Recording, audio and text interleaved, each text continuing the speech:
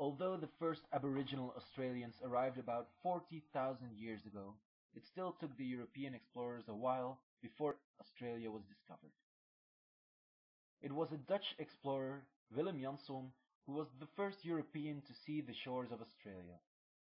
Many explorers followed, but none of them ever circumnavigated Australia. The only Australian coasts known to men were the north, west, and south coast. The east coast remained unknown. At least it was so until James Cook arrived. In 1769, he set sail on the HMS Endeavour on a double mission. The first part of the mission was to observe the transit of Venus from Tahiti. The British wanted to observe this phenomenon from various locations in the world so they could calculate the distance between the Sun and the Earth. The second, more secret part of the mission was to look for the unknown continent of Terra Australis. It was on this voyage that he charted the eastern coast of Australia in 1770. He set foot in Australia at Botany Bay and claimed it for the British Empire.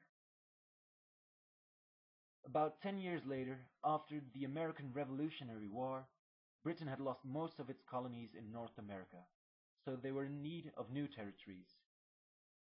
They remembered the piece of land James Cook had mentioned, and they sent a fleet to Australia. This first fleet existed out of more than 1,000 settlers.